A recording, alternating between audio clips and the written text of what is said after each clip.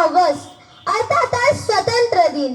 150 वर्ष राज्य करणाऱ्या जुलमी इंग्रजांच्या गुलामगिरीतून या भारत भूमीला मुक्त करण्यासाठी अनेक क्रांतिकारकांनी आपल्या संसाराची राख रांगोळी करून स्वातंत्र्याच्या यज्ञकुंडात आपल्या प्राणाची आहुती दिली.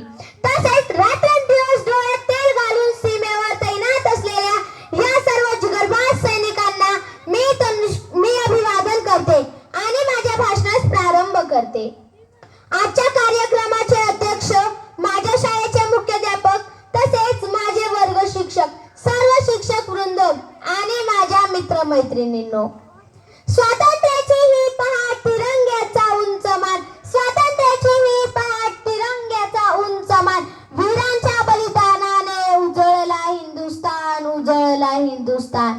देशप्रेमाची ज्योत पेटली प्रत्येकाच्या मनामनात, देशप्रेमाची ज्योत पेटली प्रत्येकाच्या मनामनात.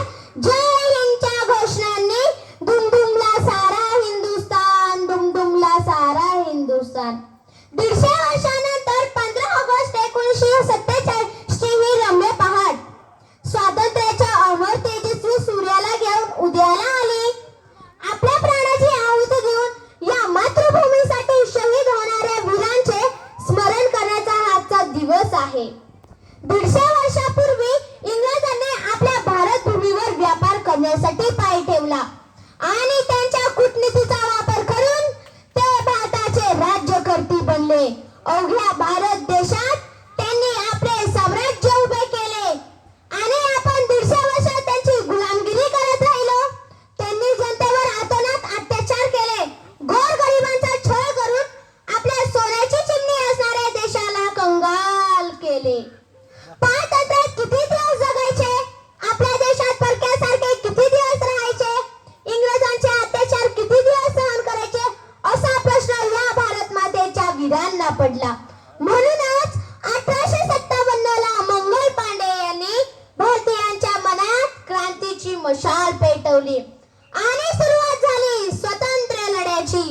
या लढ्यात उडी टाकणारे देशभक्त राष्ट्रपिता महात्मा गांधी, चंद्रशेखर आझाद, भगतसिंग, राजगुरू, सुखदेव, लाला लजपतराय, झाशीची राणी लक्ष्मीबाई, डॉक्टर बाबासाहेब आंबेडकर अशा अनेक देशभक्तांनी आपले प्राण पणास लावले.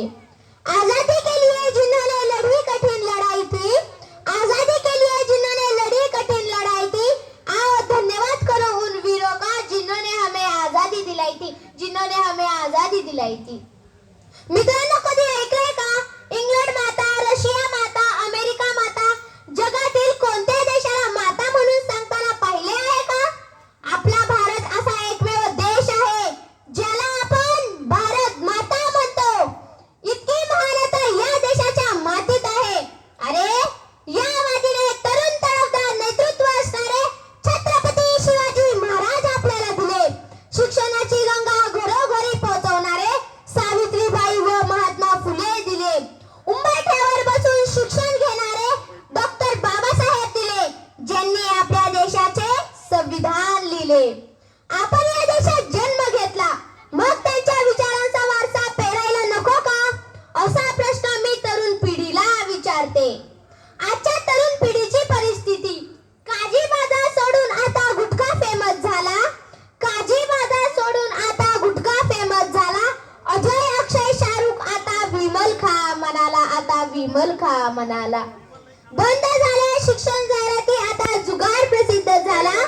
बंद झाल्या शिक्षण जाहिराती, आता जुगार प्रसिद्ध झाला. हिंदी आणि मराठी कलाकार आता रमी खेळा म्हणाला, आता रमी खेळा म्हणाला. अशी आहे आजच्या तरुणांची परिस्थिती.